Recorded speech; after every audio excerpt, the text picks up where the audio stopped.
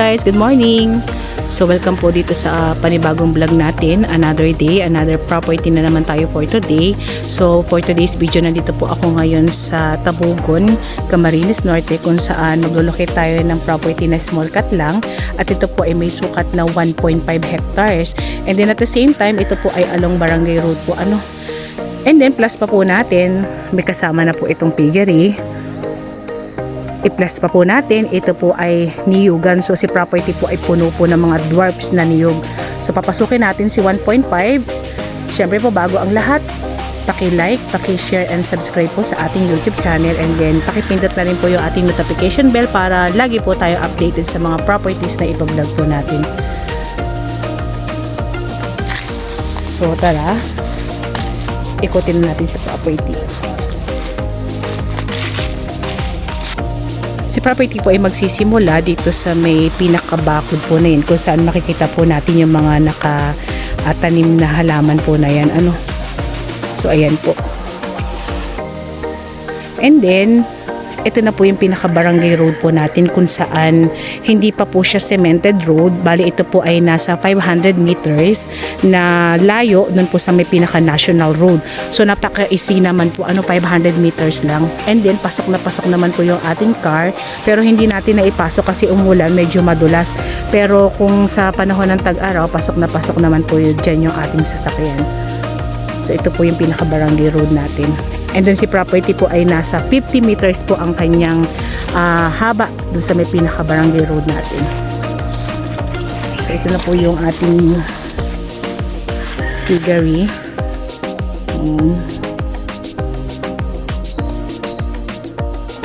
Sa palagay ko po, mga 10 heads lang po bawat isang kulungan po.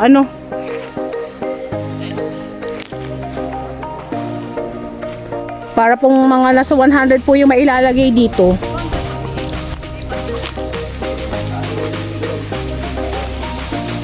Mga ilan po?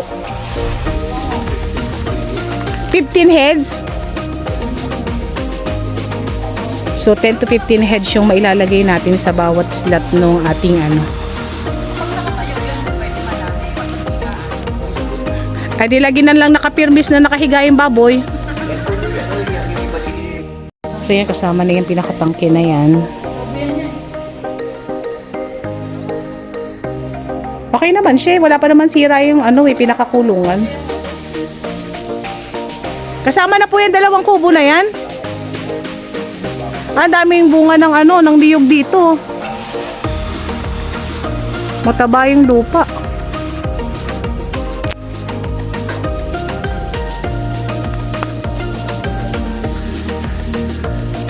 Ikot pa rin tayo kay property. Si property po ay may nakatanim na nasa 200 kapuno ng niyog, and then yung mga niyog po niya is dwarf na niyog. So medyo maliit pa pero namumunga na.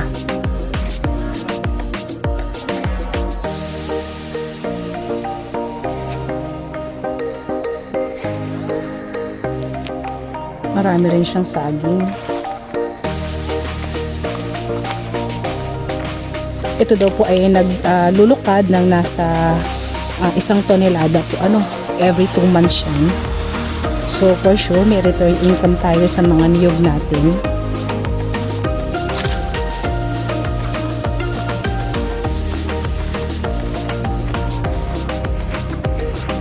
So ayan, may mga pinaglukaran dito.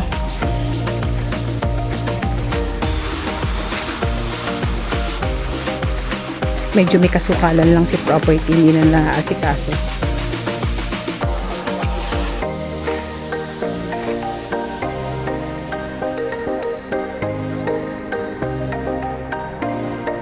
Kagandahan po nito, 500 meters lang, nasa national road na tayo.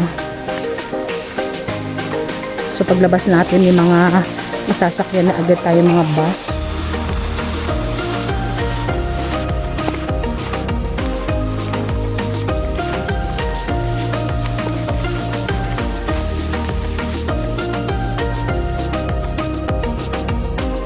Ayan, so naglilibot yung aking mga kasama. Pababa siya, pero hindi masyado. So si property po ay hindi po 100% na flat. Ito po ay from the road, unti-unti po tayong bumababa po patungo dun sa pinaka kalawakan ni property. Ayan, so kita naman po yung kasama ko, yan, pababa na siya. Pero kayang-kaya naman. Hindi naman siya ganun ka slope.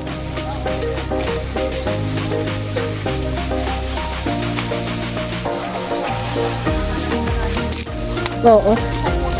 Ha? Ano to? Ano yung puno na yan? Dalandan? Ay, hindi. Ay, kuya, ano to mga puno na to? Lukban Davao, dami.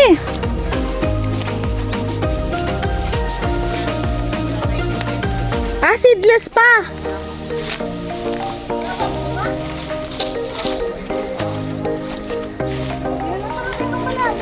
Hindi nga, ang dami nito Lukban Davao na seedless, ganun po. Okay. Suha.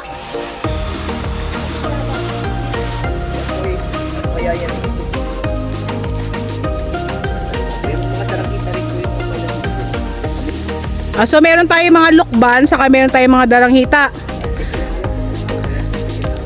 Tapos itong part po na to, yan po pwede po natin gawing fish pond yan. Hindi na iigahan ng tubig kasi malapit po tayo dun sa may pinakabukal kung saan yun po yung pinaka-boundary po ni property. So yun din po yung nagsusupply ng tubig dun sa mga restaurant na nandun sa may National Road. So nag-connect lang sila doon ng pinaka-hose. Opo nga, sapa nga po.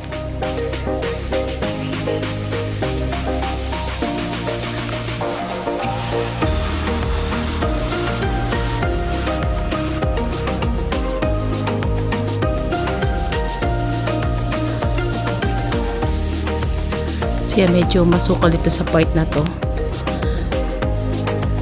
Yan. Hindi yung mga kasama ko yung nahanap ni Ray pinakasapa.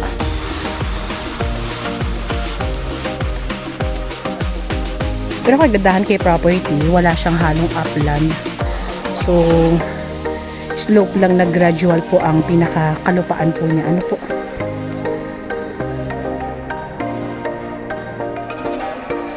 Kagandahan din po sa mga tanim nating niyog, mga bata pa siya, so matagal pa natin pakikinabangan.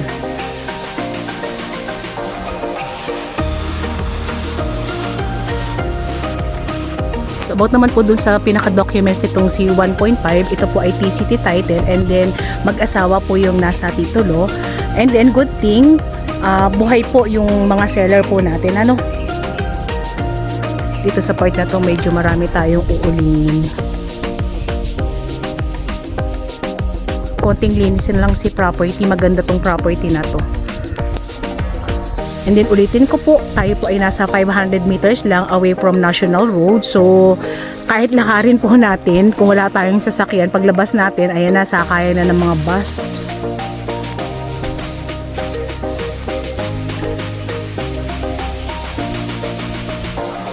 Ipakita ko lang po sa inyo na si property po ay saganang-sagana po sa source ng tubig po. So ayan. So may mga nadaling na tubig dito sa may pinakaloob ni property. Pero yan po ay nanggagaling po dun sa may pinaka bukal. So nandun pa po yan, baka hindi na natin mapuntahan, medyo masukal na po. So maganda talaga, piggery, kasi kailangan po sa pag-aalaga po ng baboy ang tubig. And then kagandahan kay property, meron na po siyang source ng kuryente kung saan may nakakabit na po dito sa may mismong pinaka-area. Pero pansamantala, tinanggal po yan ni owner kasi nga po ay wala naman pong nagamit or wala naman po kasing tumatao dito sa may pinaka-area. So sayang lang. So parang na-disconnect lang po muna niya. Po?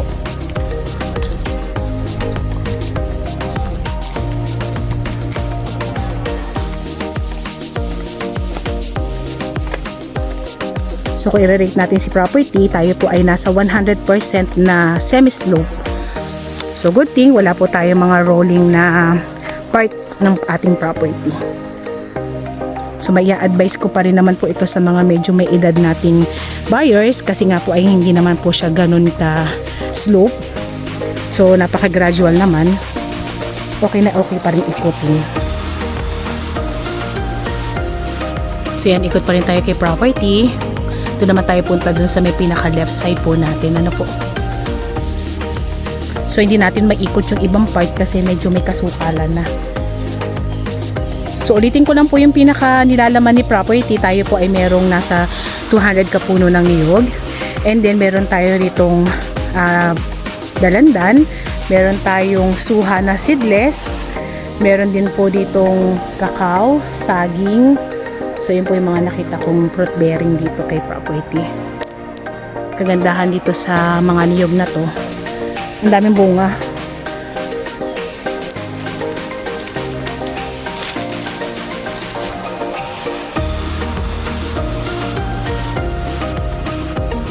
Sa mga buyers po natin na naghahanap po ng property na small cut lang and then at the same time malapit po sa may pinaka national road, ayan, so grab nyo na tong property na to. Kagandahan po nito, buhay po ang mga nasa titulo po natin, ano, so wala po tayong hirap sa pag-aayos po ng ating mga documents. Ayan po, makabila po yung aking kasama dun sa may pinaka barangay road. So yung pinaka-bakod po natin, ayan po ano, and then yung kabila po niyan is Barangay Road na. Ito po yung pinaka-frontage niya. Oh, hindi lang po 250 meters. Opo, mas mahaba po ito. Pwedeng ilusong ang sasakyan dito eh. Ano po? Ano po korte nitong anong to, latlan? Parang square lang po to, no? So ito po yung Barangay Road po natin, ha. Sagad na po yan hanggang dulo. Medyo masukal lang po yung ating Barangay Road sa ngayon kasi hindi pa po siya nasisemento. Pero ito po yung pinakaano natin. Bago, ayan. Opo, pwede nga po. Saka ano po, kapantayan po siya ng road.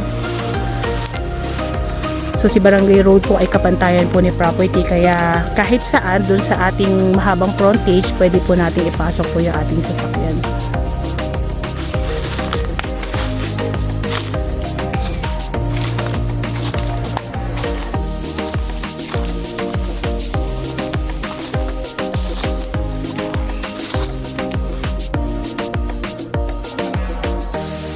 Ayan, ulitin ko lang. So, si property po ay kompleto. Meron tayong source ng tubig, kuryente, and may signal din po ang ating phone. Hindi lang natin masyadong naikot kasi maputik and then masukal. Madali naman linisin to kasi 1.5 hectares lang naman po.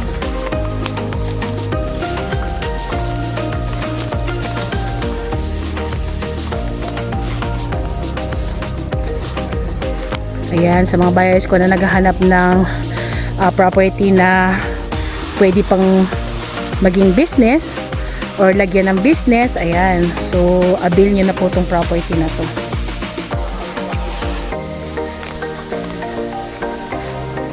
Pwede nyo po kami i-message sa aming WhatsApp and Viber na mag-a-appear sa inyong mga screen.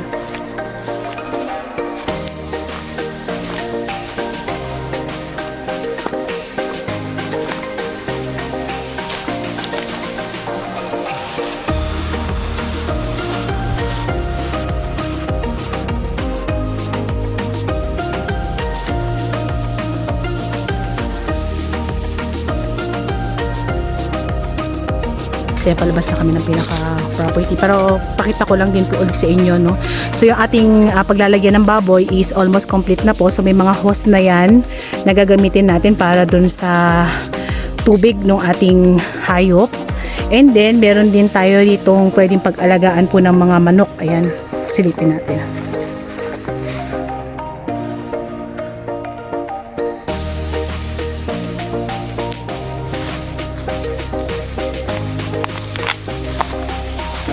Gagamitin na lang natin yung kulungan ng baboy. Lalagyan na lang ulit natin ng laman.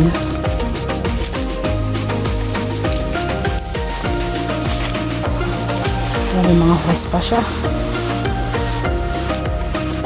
Kagandahan nito, buo pa naman yung mga bubong, so wala naman tayong ireretoke dito sa kulungan ng baboy.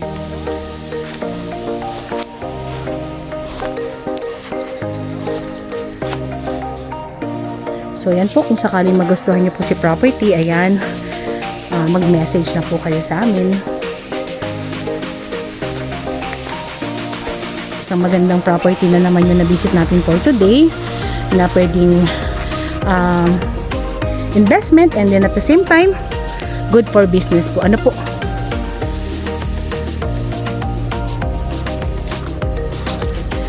So by the way, it's me again, Olive, dito po sa Greenfield Realty. And then, pahabol po, thank you po sa lahat ng nag-avail ng property po this March. Ayan, sobrang blessed po at kami po ay natutuwa sa dami po ng nagtitiwala po sa atin. Ano po? So asahan nyo po, magbibigay po kami ng mga murang property po ulit. And then at the same time, mga quality property po. Ano po?